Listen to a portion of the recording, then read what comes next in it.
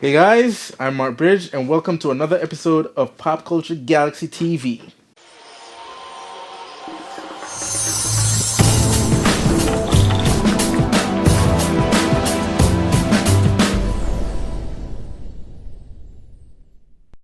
Alright, the marketing machine is a bit early on Warner Brothers' release of next year's Batman vs. Superman Dawn of Justice, but we're benefiting from it because we get to see some more images of Batman vs. Superman. We see a picture of Batman looking up in the sky with the bat signal beside him. Obviously, he's looking at Superman, ready to go toe to toe with the dude.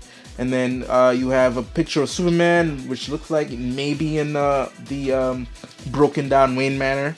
And then, of course, the third one is of Lex Luthor in the building LexCorp. Still don't know what he sells. I guess he sells everything. I don't think he's the Mark. I mean, it may be modeled after Mark Zuckerberg, but I don't think it's like an internet uh, guy. I think he actually sells products. But anyway, we get to see a couple of pictures of these guys, and I gotta say, it looks pretty amazing, and I can't wait, because that movie, with that movie and Civil War coming out the same year, that's like the two big versus movie. Uh, I don't know. I think Batman versus Superman will take Marvel, considering that Marvel has so many films out, and it's just people aren't surprised anymore. Like they know what they're getting with a Marvel movie, whether it's a heist movie or a political thriller or a space opera or just a big event movie like the Avengers. I think people are just used to of Marvel, just like they're just used to it. But DC, on the other hand, we only have Man of Steel to go on, and some people didn't like Man of Steel. I liked it. I'm sure a majority of people liked Man of Steel. That's the kind of aesthetic we're going to see with the other DC films going forward. So people are just wondering if they're going to be able to pull this off.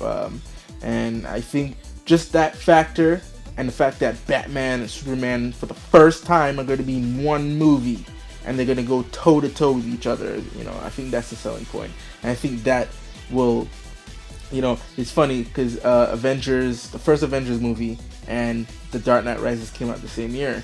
A lot of people thought like, oh, no way is Avengers gonna topple Dark Knight Rises. But the problem was people were used to Christopher Nolan's Batman. They knew what they were gonna get, even though it's one of the big stories of Batman fighting Bane.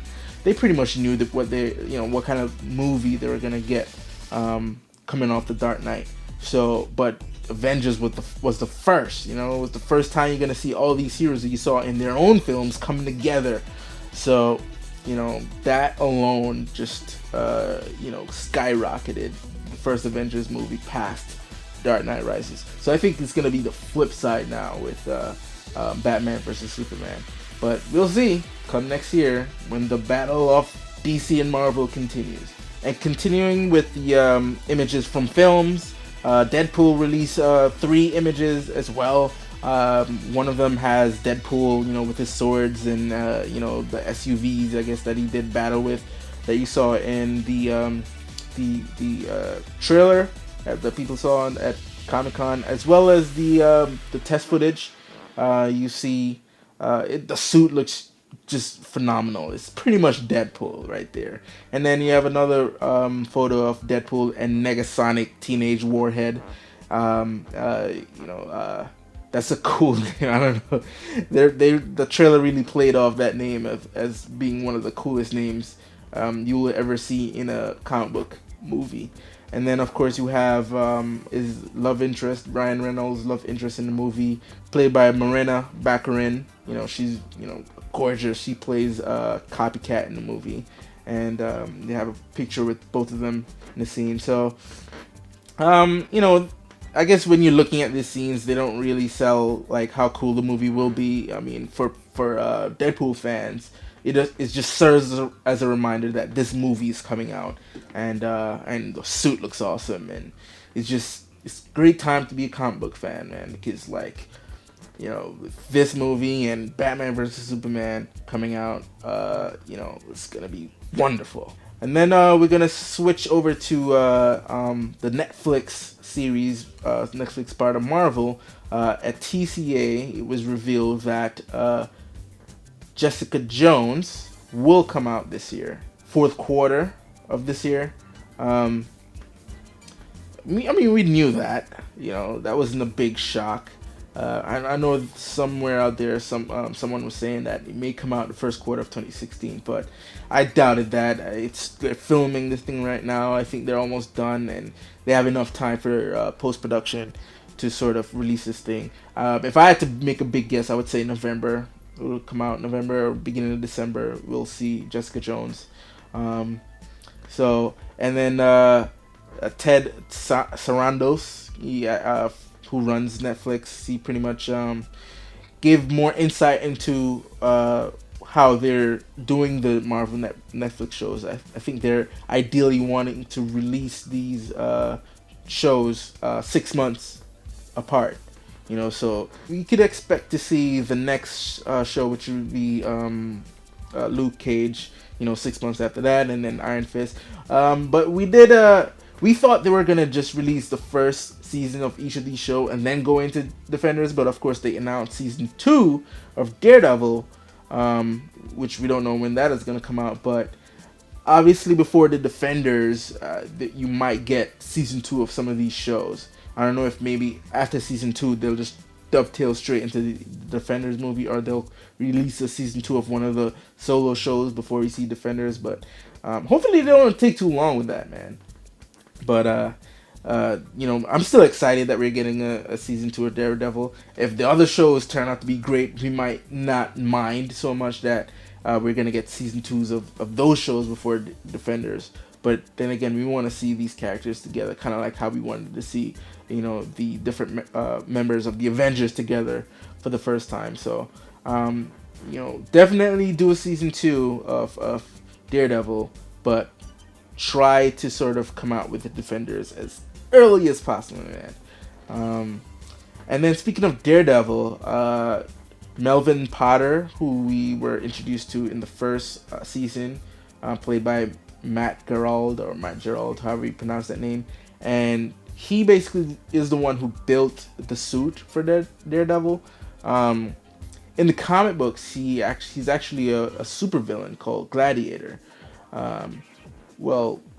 There's a tease for Saul with MP on it, and turns out that Gladiator will be making an appearance in season 2.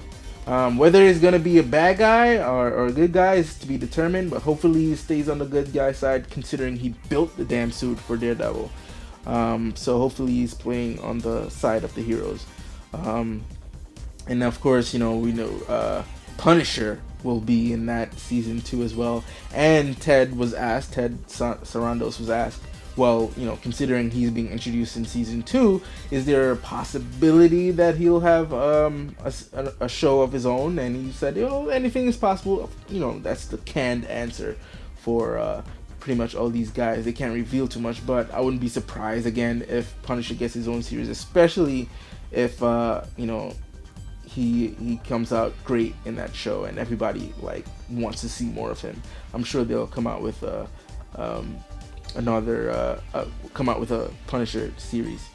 But this was also a rumor. I don't know if I wanted to talk about it, but there's some rumors going around that there might be a Thunderbolt series coming to Netflix as well. They might do the whole phase 1, phase 2 things with the Netflix show. So phase 2 could have the Thunderbolts in it. The Thunderbolts had many characters come in and out. I think Venom was part of it one time.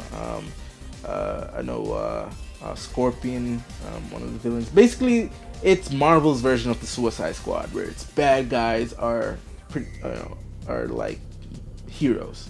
But it actually didn't start out that way. It was still bad guys, but they were really pretending to be superheroes, and they wanted to sort of gain the trust of the people, and then sort of betray them later on. But of course, like a lot of the villains kind of like being heroes, except for the main guy who started it all. That's Baron Zemo, who we will see in Captain America: Civil War. So that, how he plays into that, we don't know yet. Um, but he was the one who masterminded the whole thing. And then when everybody decided, hey, I like being heroes, and he was like, no, our plan was to, world dominate. And they turned on him and said, hey, man, I like you being heroes better than being a villain. So we might see that play into that show, if that's true. So it's still a rumor for now, but yeah. So great things going on Netflix. Great things going on for comic book movies everywhere, and I can't wait to see more of it. So that brings us to the end of this episode of Pop Culture Galaxy TV. As always, you can follow me on Twitter at MarkTundra. You can like Pop Culture Galaxy on Facebook, and of course, you can visit the site popculturegalaxy.com. And we got podcasts there. You can go on iTunes and get Galaxy View podcast and Gamers Galaxy podcast. And of course, subscribe to this channel, to get more videos, and like and comment and all that good stuff. So until next time, folks, peace.